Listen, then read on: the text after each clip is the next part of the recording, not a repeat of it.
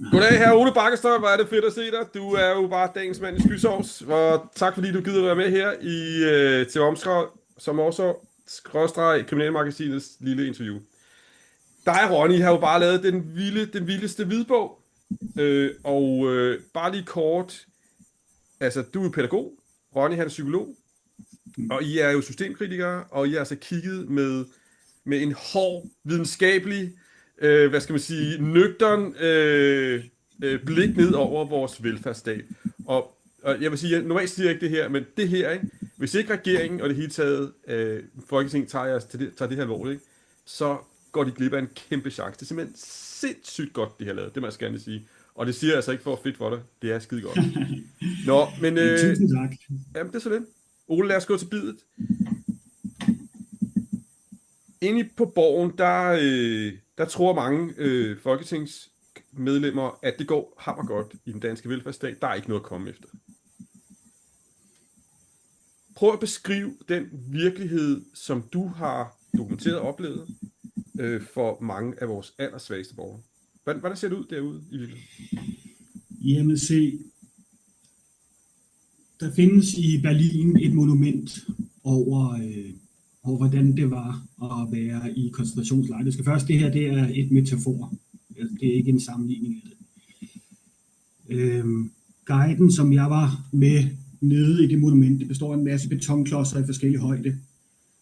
Han sagde, jamen den følelse, vi gerne vil have, I får en oplevelse af, det er, at I alle sammen her står i en gruppe på 50 mennesker. Vi er alle sammen lige i nærheden.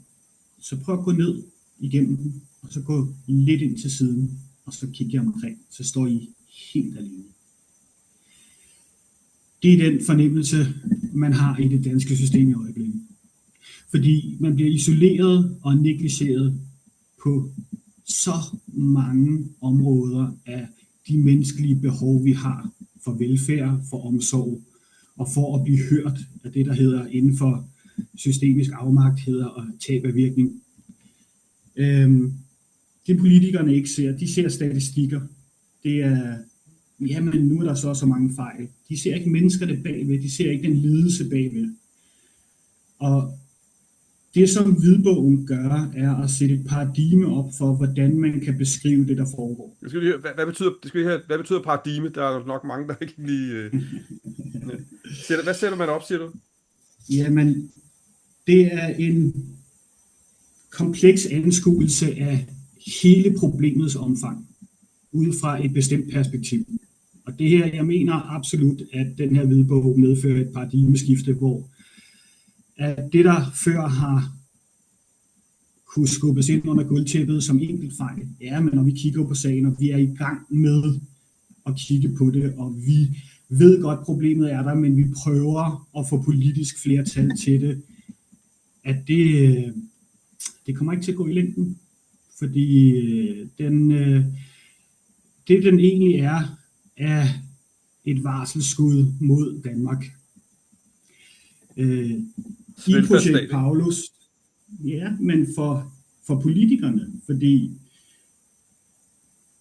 der findes inden for menneskeretten det, der hedder, der er ingen, der kan gøre sig fri for det personlige ansvar. Hvis de har viden om noget og lader det fortsætte, så er det passivitet, fuldt orienteret passivitet. Det er ansvarspådragende. Det, som den gør nu, hvidbogen ligger et analysesystem ned over systemet, som det er muligt at eksekvere med AI. Der er mange, der har den her forventning af, at AI er en chatbot, men AI er et system, man bygger op, der kan nogle bestemte ting. Ja, lad os lige holde fast i det med det sociale. Det er fint nok med diskussion omkring AI, det er også meget spændende, men det er ligesom ikke... Ja. Hvad hedder det, Ole? I bund og grund er, som jeg læser det i hvert fald, er det her en nådesløs kritik af vores bureaukrati, ikke? Altså, vi har et bureaukrati, som håndterer de svageste i vores samfund. Og det gør det med nogle bestemte mekanismer og metoder, som I så her, kan man sige, har fået lagt frem, ikke? Prøv at beskrive de metoder. I kalder det alt muligt i jeres hvidbog, gaslighting og dit og dat. Men prøv at beskrive, hvad er det egentlig, systemet gør rent praktisk? Det systemet gør, er at udsætte borgere for tab af virkning. Og tab af virkning er, at vi som mennesker har et behov for at blive hørt og blive set og have en indflydelse på vores virkelighed. Det bureaukrati, der er i Danmark, den måde, det bliver forvaltet på med alle de her fejl, de har en konsekvens for, hvordan det føles for borgeren. Og når det foregår, det her med, at man ikke bliver hørt, for eksempel at hvis der er mange problemer med aktindsigter, hvis vi deler det lidt op, jamen aktindsigterne gør, at man kan få adgang til sin egen sag, så man kan få et overblik over forvaltningstanker eller myndighedernes tanker, der er i det, og hvordan de beskriver det. Når det billede det er markant anderledes end borgerens forventning og billede af det, der foregår, så er der tale om, at det er et helt separat narrativ, som borgeren ikke har haft indflydelse på. Og det er utrolig nedbrydende, fordi så skal borgeren bruge energi på at få rettet op på det. Det er et meget trægt system, så det er faktisk mere kendetegnende ved den offentlige forvaltning, at de er fuldstændig ligeglade med indsigelser. De får ikke nogen effekt. Det bliver beskrevet som, at borgeren så er besværlig og usamarbejdsvillig, når borgeren kræver de rettigheder, der er helt grundlæggende for, at de overhovedet har en forvaltning og har lov til at forvalte. Vi taler grundlæggende retssikkerhed, at selvfølgelig skal det overholdes. Men det er ikke rigtig tilfældet. Det viser rapporter fra Statsrevisionen blandt andet, og ombudsmandens undersøgelse om Langelandssagerne i forhold til det her med, at der bliver ændret i journaliseringen, i journalsystemet, uden at det dokumenteres, hvad det er. Så der bliver lavet nogle ting, som ikke hænger sammen, og som skaber et falsk narrativ. Jeg kan godt tænke mig lige, I har nogle bestemte sådan begreber, I bruger, ikke? Og et af de begreber, I bruger, det er det, der hedder institutionel gaslighting. Prøv at forklare, hvad det går ud på. Ja. Jamen, det er den absolutte mest alvorlige del og alvorlige konsekvens af det, som hvidbogen den indeholder. Det er en tilstand, hvor at sagerne har kørt så langt ud, og der har været så mange krænkelser af retssikkerheden, at det viser et falsk narrativ direkte. Det vil sige, at det ikke er sandheden, det afspejler. Og en særlig del af det er, at borgeren i det her ikke har haft mulighed for at få indflydelse på det, at de indsigelser, der er blevet gjort, de ikke er blevet ført ind på en retfærdig og sandfærdig måde. Det hele bliver, borgeren bliver til et problem, der er usamarbejdsvillig, og den frustration, som det opbygger, er det samme mekanisme, som hvis man i et forhold er udsat for gaslighting. Det er en virkelighedsforringelse, der er så massiv, at den invaderer borgerens virkelighed, og man hele tiden skal forsvare sig mod den, og særligt, hvis du forestiller dig, at interaktionen er to cirkler. Ja, okay. Der er et overlap. Den ene cirkel Ole, er borgeren, og den anden cirkel. Det er fint nok. Ja, det er bare lige, så vi også kan forstå, hvad det er, du mener her med det, fordi jeg tror godt, jeg forstår det.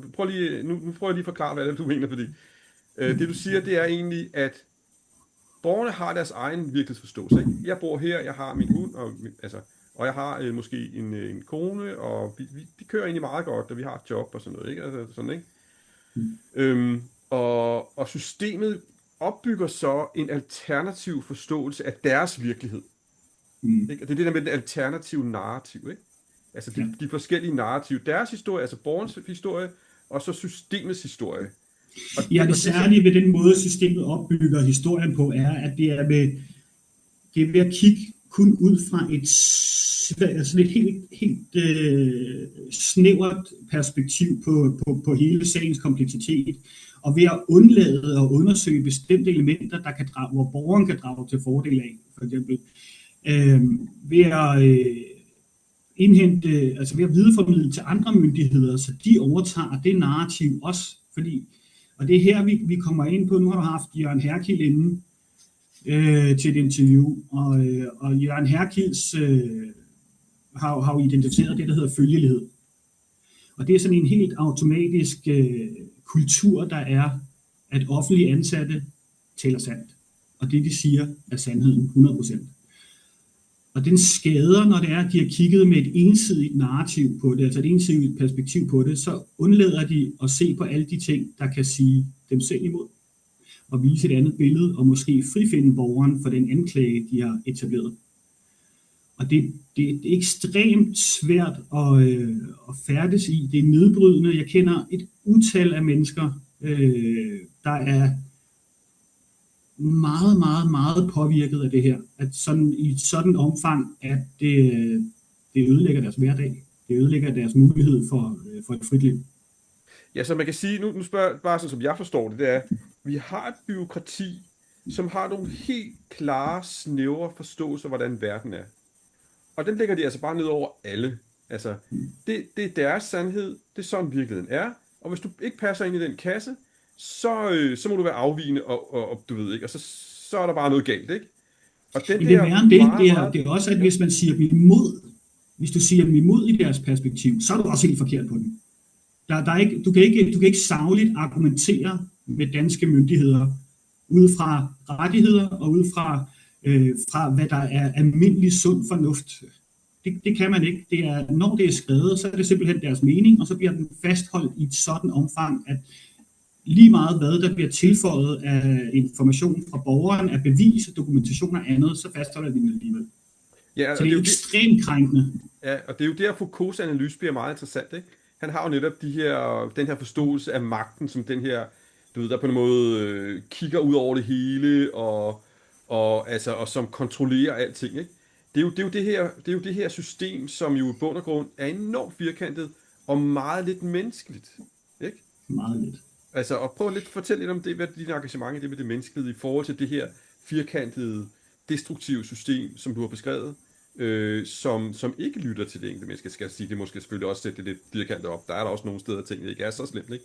Men der er variabler og alt er et spektrum. Men vi er der, hvor at hvis vi kigger overordnet set på de mekanismer, der er i den danske offentlige forvaltning, så er der kommet et skred. Og det skred, det er, at offentlige personer nyder immunitet til hvad end de gør. Det er ekstremt svært. Vi kan se det på hele processen, og nu skal vi ikke gå ind i det politiske, men det er et meget overordnet eksempel med Mink-sagen, hvordan der ikke er nogen, der er draget til ansvar for det. Og sådan er det på alle niveauer. Det vil sige, at kommunerne kan påstå hvad som helst. Der var en gennemgang af det Ankestyrelsens kommunale tilsyn fra Rigsrevisionen, der viste, at tilsynet ikke kontrollerer forvaltningens udtalelser. De anser dem som sande. Og der er mange, det går sådan en næse forbi i mange medier, men den lille detalje giver rum for, at kommunerne har frit spil til at påstå, hvad de vil. Der er ikke nogen måde at sagligt modsige det på. Og det har de immunitet til, fordi tilsynet ikke gør noget. Og det vil sige, når man oplever, hvis der er nogen, jeg har den anskuelse af menneskeligheden, at hvis der er nogen, der kan tænke på, så er der nogen, der har gjort det. Hvis ikke der er en ramme, der stiller det op, at de kan drages til ansvar for det. Det er sådan, det er en helt grundlæggende ting. Når man ser på alle de ting, der foregår i verden, så er det på grund af, at de kan gøre det. Fordi vi kan, så gør folk det. Magtkorrumpere, eller rettere sagt, at hvis man kan slippe afsted med noget, så er der nogen, der gør det. Og der har været en kultur i altid imellem Ankestyrelsen og kommunerne, at man ikke siger de her udtalelser imod. Man godkender enhver vurdering, som det er, og det er den særlig svære del i det her, det er de vurderinger, der er, som når man kigger på det fra et psykologfagligt eller et juridisk perspektiv, er sådan helt hul i hovedet vurderinger. Altså, det er fuldstændig fabrikeret, nogle af de her ting, hvor de vælger at se væk fra et stor mængde evidens i sagerne, og så kun fokusere på nogle negative aspekter og forstærker dem. Og det har de nyt immunitet til igennem årtier. Det viste den tilsynsrapport fra Rigsrevisionen. Og et system, der nyder immunitet, det lærer ikke. Det lærer ikke af sin egen fejl, for der er ikke nogen konsekvens. Og det er den opbygning, vi har set igennem systemet, at det bliver mere og mere ekstremt. Altså det er jo blevet så ekstremt, at kommunerne føler sig så immune, at selv i sager, hvor domstolene har været inde og underkende tvangsanbringelser, der retter kommunerne sig ikke efter det. Hvordan fuck kan det er en dom? Det er en dom. Hvis jeg fik en dom og sagde, nej, jeg vil ikke i fængsel for det, så var jeg da blevet smidt i fængsel for det. Den dom skal fandme fucking følges, og undskyld mit sprog. Men det er så absurd. Det er så absurd at skulle have. Altså, jeg læste, at der var en fond, der havde stævnet ministerierne for, at de ikke har reageret i det her. Så må vi tage dem i retten nu, fordi at de ikke retter sig efter det. Men før end de får det personlige ansvar, så følger de det ikke, fordi de er jo ligeglade. Det kan de jo tillade sig, når ikke der er nogen konsekvens. Og det er et helt grundlæggende problem i Danmark. Det er den immunitet. Så udformer den sig på et utal af forskellige måder. Og det er, at den på et politisk plan, der udfolder sig ved, at de kan sige hvad som helst, uden at blive holdt til ansvar for det. De kan gøre hvad som helst, uden at blive holdt til ansvar for det. For eksempel så er der meget fokus på den her forvaltningsdomstol, der er sådan, nu vil vi gerne lave en forvaltningsdomstol. Det er også en rigtig god idé. Jeg er stor tilhænger af det, og jeg tror konceptet, når det bliver indført, er godt. Men det de overser er tiden, der går, og det vil jeg godt fremhæve i forhold til hvidbogen, at det er nemlig noget af det, den tager hensyn til.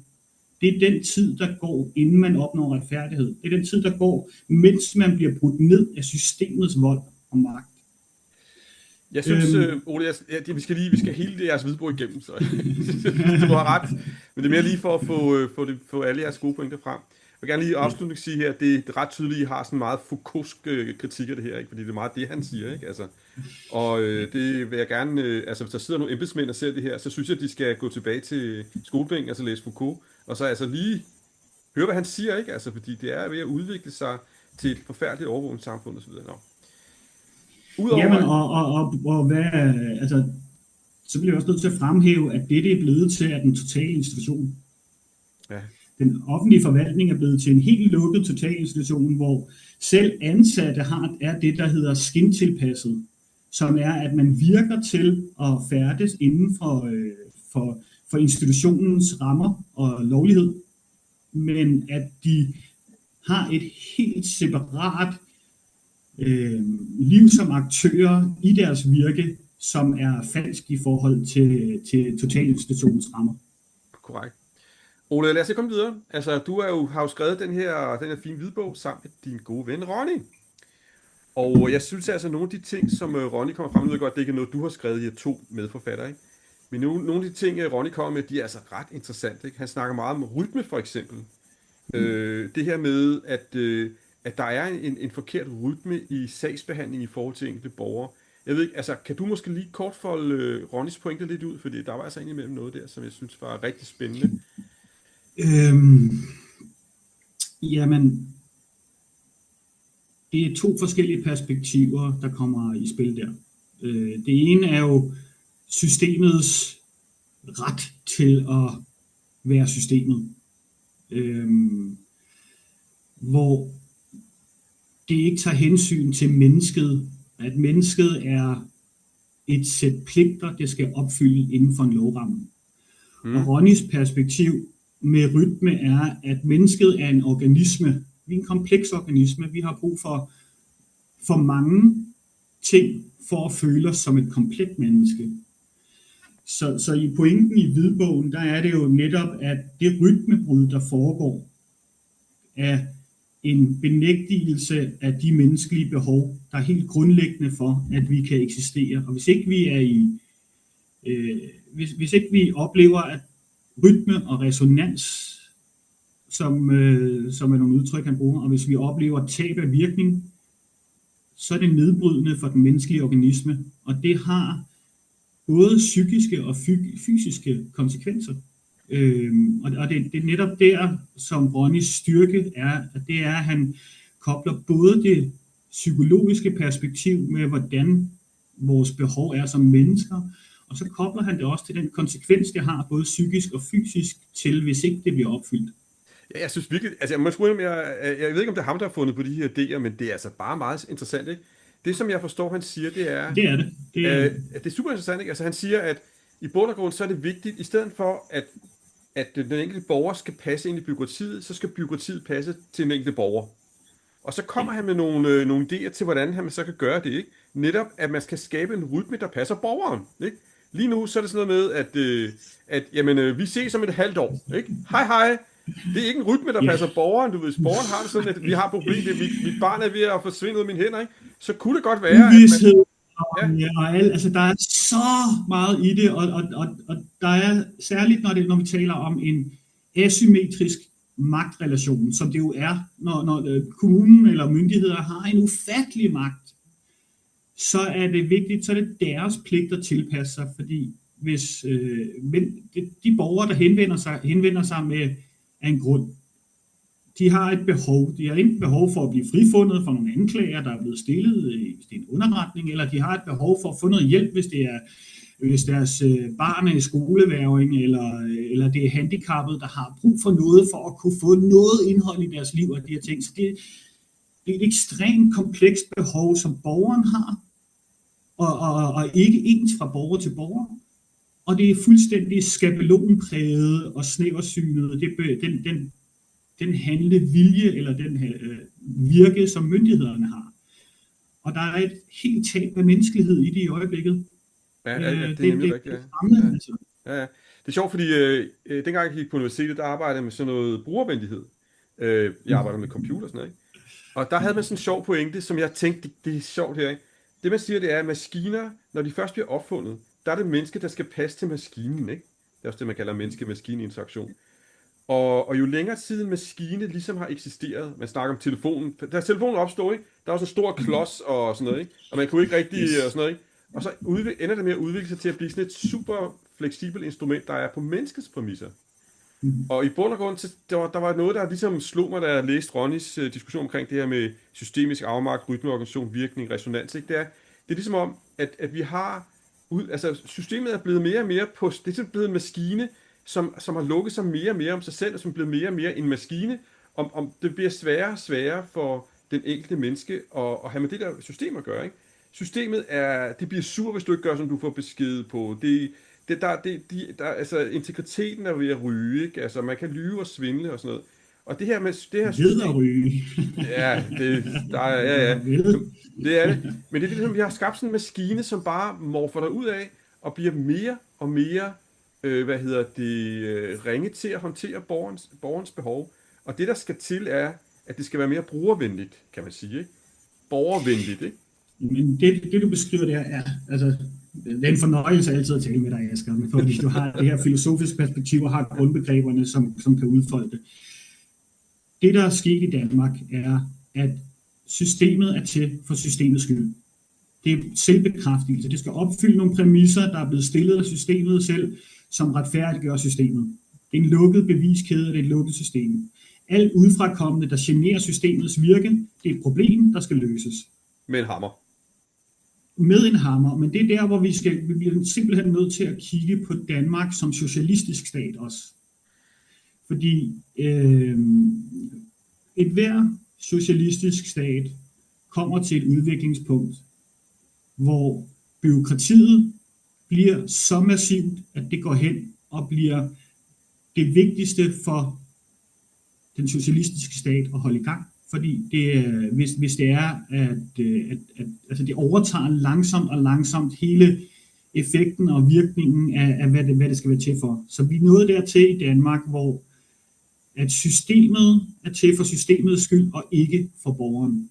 Ja, og ikke for os som danskere. Nej, og hvidbogen går ind og bryder med det paradigme, fordi den stiller et analyseparadigme til rådighed, der kan afsløre det her på tværs af mange sager, og på tværs af mange enkelttilfælde. Fordi de her enkelte fejl, jamen så er der en lille fejl, så kom der fejl i aktindsigten, så er der en sagsbehandler, der gør noget, som man ikke må, og politiet afviser en sag, som de ikke havde ret til at afvise. Og alle de her små elementer, jamen det er jo en fejl. Det bliver bare sagt, det er en fejl for det enkelte individ. Men når man zoomer ud og ser på alle fejlene i et samlet system, som det er, det er det værktøj, hvidbogen reelt giver, så bliver det et meget anderledes billede. Så ser vi, at Danmark ikke overholder de positive forpligtelser, det vil sige, at de ikke sikrer sig, at de her fejl ikke sker, når de har kendskab til, at de er indlejret i systemet. Når vi ser fejlraterne, der er så massive inden for den kommunale forvaltning i årtier, så er det i enkeltsager en masse beklagelige fejl. Når man zoomer ud, så er det en systemisk defekt, der systematisk krænker borgernes rettigheder i forhold til den europæiske menneskerettighedskonventions artikel 6 som det mindste, som er retten til fair proces. Ja. Og det er netop det her zoomblik, som den giver. Den giver de individuelle processer, og så zoomer den ud og ind under det her samlede paradigme, som enten kan være systemisk afmagt eller institutionel gaslighting, som jeg med sikkerhed ved, der findes sager, der identificerer. Mm. Jamen altså, jeg synes bare, altså helt konkret, ikke? Hvis du for eksempel er ledig, så ryger du ind i hele det her system, ikke? Og der er mange gange sådan, at systemet er overhovedet ikke interesseret i, at du får et arbejde. Fordi du er jo en klient i deres system, de tjener penge på dig, ikke? Og det samme er der jo også med det med tvangsfjernelser. Det er ikke altid, altså hvorfor skulle systemet give børnene tilbage til deres forældre, så er det jo, de tjener jo penge på det barn, ikke? Altså for at sige det lidt groft, og måske det, jeg ved godt, det er ikke alle tilfælde, og der er også nogen, der er så videre. Men det er det der med, min point er det der med, at det er blevet systemet er for systemets egen skyld, ikke? Det her er jo eksempler på, at det er jo ikke et system for de svage skyld, vel? Fordi hvis det havde været for de svage skyld, hvis det var dem, der har mistet der skulle have tvangsfjernet deres børn, eller hvis du er ledig, så skulle de arbejde for, at du reelt kom i arbejde, eller at du tog dig af dit barn, ikke? Det er ikke det, de gør. De arbejder på deres egne præmisser. Ole, lige her til sidst, fordi nu det er mere for det, vi er alt for langt, det er en spændende snak, men altså vi skal også forstå, at vi ikke kider alt for meget. Hvad hedder det? Det er kun i overfladen, det her, Asger. Jeg ved det godt, men det er mere, læs hvidbogen, den er hamrende fantastisk. Jeg synes bare lige, der er nogle konkrete redskaber i det, I foreslår. Altså, vi har lige været lidt inde på Ronnys tanker omkring det der med, der skal en bedre rytme i sagsbehandling, ikke? Det skal være på borgernes rytmes præmisser. Der skal være en klar gennemsigtighed i forhold til årsag og virkning. Altså, der er en årsag, der er en virkning. Det skal være gennemsigtigt og transparent for den enkelte borger. Det synes jeg er nogle rigtig gode greb og redskaber. Jeg er meget imponeret over det. I kommer også nogle andre gode idéer til, hvordan man så skal få rettet op på det. Prøv lige at fortælle om det. Jamen, der er 2 aspekter af det, som jeg vil fremhæve som de vigtigste. Dem har du fanget, så der. Det her kan kun få lov at foregå, fordi at tiden arbejder til myndighedernes fordel. Når man skaber et falsk narrativ, så tager det tid, før borgeren får adgang til de her informationer om det falske narrativ, så det foregår fordelt. Det vil sige, en af forslagene er fuld processtop, inden at man har fået aktindsigt. Og det står egentlig i retssikkerhedsloven, at der er ingen afgørelse, der er lovlig, før end man har haft part i sagen. Så lovgivningen er der til det, det bliver bare ikke ført ud i praksis, og det skal vi have ændret. Man kan ikke træffe en afgørelse, hvis borgeren ikke har haft ret til at modsige noget, ved ikke at have de informationer, der er. Det er sådan helt absurd i en retsstat. Og for helvede, altså, en retsstat skal kendes på sit virke, og ikke sine tomme løfter. Det er helt grundstenen i en retsstat, og der har vi bevæget os væk fra. Så for at få os tilbage dertil, og det er en meget simpel ting, den kan indføres øjeblikkeligt, fordi at det er faktisk sådan, det er skrevet ind i lovgivningen. Det er den ene ting, jeg vil fremhæve. Og så er der den anden ting, det er et aktivt kontradiktionsspor. Og det vil sige, at når det er en borger, siger myndighederne imod, så skal det altså stå i sagen ud fra det dokument som en del af det. Fordi det narrativ, der er, når der så bliver skrevet noget fra en borger, så bliver det bare smidt ind i sagen, og så kan de så er det ikke bundet til den dokumentation, der er blevet skabt, så er det et separat spor, hvor borgeren sådan kan ignoreres og negligeres i forhold til det, som der bliver påklaget. Og det er for det første så er det uværdigt af helvede til. Det er sådan helt vildt. Men det er også retssikkerhedsmæssigt problematisk, fordi man kan fastholde det her narrativ på en kunstig måde, når det er sagt imod og andet. Det har ikke nogen virkning, det borgeren siger. Så selvfølgelig, hvis der er kommet en udtalelse, så skal kontradiktionen være direkte til udtalelsen i dokumentet, så når man går ind i dokumentet, så er der det kontradiktionsspor, som man ikke kan sige, om det så jeg ikke. Så er det altså en bevidst handling lige pludselig. Og det vil stoppe hele den der, men det har jeg ikke læst, og det troede jeg bare. Så det får at eliminere de her systemiske undskyldninger, der kan ligge til grund for, at det får lov at fortsætte, og det tager længere tid, og hele nedslidningsprocessen starter. Ikke? Ja. Jeg synes også, altså, I har også en masse andre fede ting. Det som I snakker meget om auditmodeller, altså noget mere revision, ikke? Altså, det synes jeg er en god ting. Så snakker I om, ledelsesredskaber, som også kunne være en god ting. Men jeg synes også, altså jeg ved ikke, helt grundlæggende, der er det jo sådan, at staten og loven er til for at beskytte de svage. Det er det, der er ideen. Helt tilbage til... Ja, det er ideen. Ja, altså jeg ved godt, det selvfølgelig er meget langt væk fra den virkelighed, vi har, ikke? Men det er også bare, man kan sige, hvorfor har vi politi? Hvorfor har vi domstole? Det er i virkeligheden et socialt projekt, altså, som går på, at vi har den stærkeste ret i naturen. Og civilisationen... Og civilisationen skal så skabe retfærdighed og sørge for, at det ikke bliver sådan en junglelov, men der er beskyttelse af dem, der ikke har noget. Det er det, der er hele ideen med staten som sådan, ikke? Og føler du, at vi lever op til de idealer, der er for sådan en stat? Men det er ikke der, problemet er? Nej, og det er der, problemet er, fordi en af grundstenene i en retsstat er, at alle er lige for loven. Loven gælder for alle, ellers så gælder den for ingen. Og den gælder ikke for alle. Der er lavet sådan et slags kastesystem, hvor for nogen så gælder den ikke, og for nogen gælder den. Så den gælder, beskyttelsesmekanismerne i øjeblikket gælder for dem, der har magten, og for offentlige ansatte, og den gælder ikke for borgerne. Og det er jo ekstremt problematisk, fordi hvor bevæger vi os hen af? Hvor bevæger vi os hen af fra det her? Hvad er det? Hvor tænker, jeg kunne godt tænke mig, at hvor tænker politikerne, at det her kommer til at ende med? For eksempel, fordi hvis ikke, og jeg har hørt det her fra nogen, der har været meget desperate, hvis ikke loven beskytter mig, så beskytter den heller ikke jer. Og der kan godt ske, at den gør det på papiret og alle de her ting. Men hvis, i et samfund, hvor det her det eksisterer, vil det føre til ekstreme handlinger.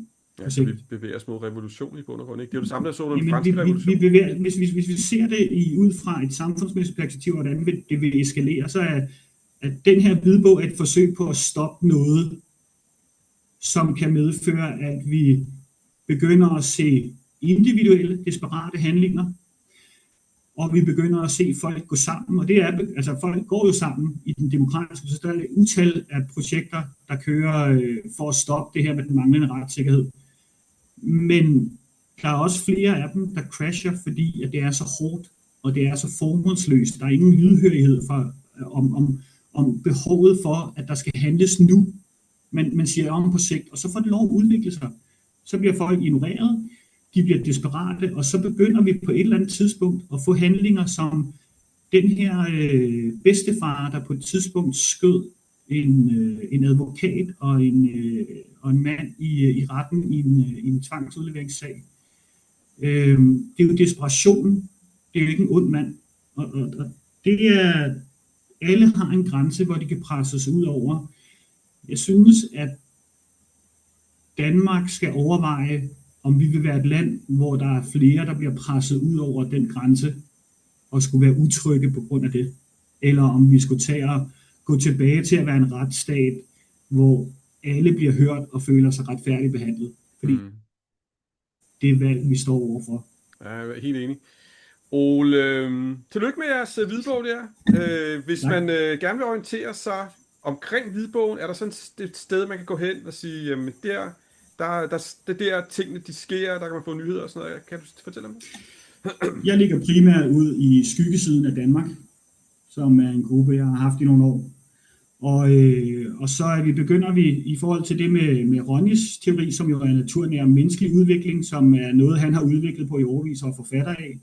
Der ligger der under naturnær menneskelig udvikling, en gruppe, som man kan læse på, den rent nørdede teoretiske del af det, hvor jeg også kommer ud med nogle mere pædagogiske aspekter af det, fordi Ronny er psykolog, og der er et psykologfagligt aspekt, og så folder jeg det ud i et pædagogisk perspektiv inden for altså sådan løbende de her, så det er, at det bliver nemmere for den almindelige borger at forstå. Ole, jeg vil gerne sige tusind tak, fordi du er med her, fordi jeg tror, vi er ved at være der. Men jamen, held og lykke med det, og jeg håber super, at folk lytter, ikke? Altså, fordi og tak for det, Asger. Jeg håber, at folk vil bruge tid på at forstå det her, fordi det er komplekst. Læs det, hør det. Vi snakkes. Vi snakkes.